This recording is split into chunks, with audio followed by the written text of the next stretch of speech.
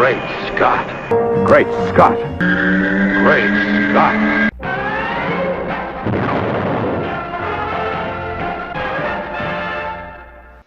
Hello everyone, and welcome to another fabulous episode of Great Scott. I'm Scotty V. Thanks for watching. So, we've received an official description of the plot synopsis of Batman v Superman. Actually, we really haven't. I mean, it was released, sure, but we haven't really learned much more than what we already figured. Batman doesn't like Superman for some reason. Superman comes to answer those charges. They're going to fight because it's versus. And now there's all these posters, and there's this article saying who clearly is the villain, or who it certainly looks like this round of advertising the villain's going to be. Although these posters haven't actually been released as part of the advertising materials for the film. This is like promo art, or some sort of art that's being used online but hasn't been officially released in any capacity. Everybody's seen this image by now.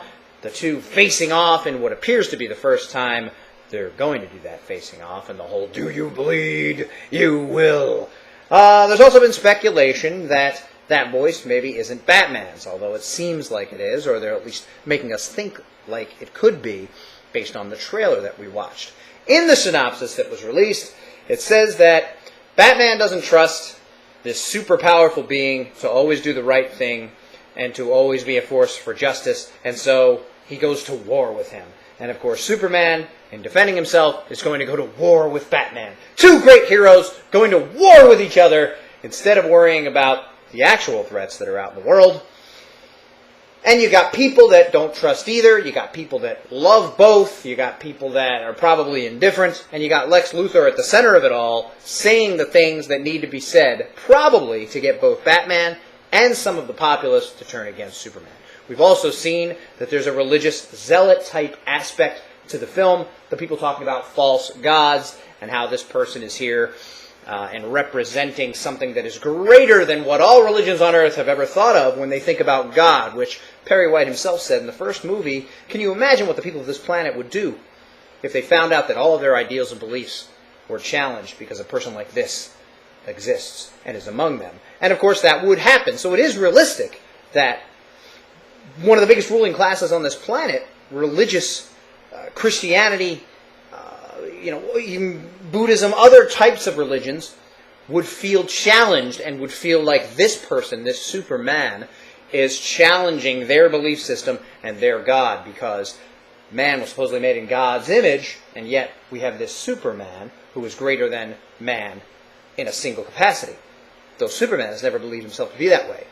My guess is, and it's what I said before, that when we see those men kneeling down to Superman, it's people that are religiously worshiping him, and it's him going there to find out what's up, and maybe, hopefully, to tell them that that's not something he's looking for, and not something that they should do. In the synopsis, we then read that, whilst fighting amongst themselves, a threat to planet Earth arises, one like that man has never seen before. Which means that it's going to be greater than the whole Zod and his army thing, which was already the greatest threat in this universe that man has ever seen. And Superman put that down on his own. Yes, there was some damage. Yes, there was some destruction. And maybe these people, and even Batman, think to blame Superman for that. Fans have, in real life, to the movie, have said Superman is careless, Superman is reckless, Superman is responsible for the damage. Even though that seems like an entirely different movie than what I saw, the citizens of the planet might very well see it that way, because he was one of the warring factions of super strong people that, in their fight, damaged some of the planet, some of the city, although most of the damage was caused by the World Engine and Zod. Now, speculation before was that Zod's body was somehow going to be turned into Doomsday, and that would be very different than what Doomsday actually was in the comics, but it is interesting to see that a threat unlike the world has ever seen arises, and then the two must combine forces, I guess, to go against it. Is that threat just Lex Luthor? Is that threat Lex Luthor and some sort of doomsday machine, or doomsday person, or some sort of arranged DNA of a dead body that turns into something that is more threatening than Zod himself and Zod and his army?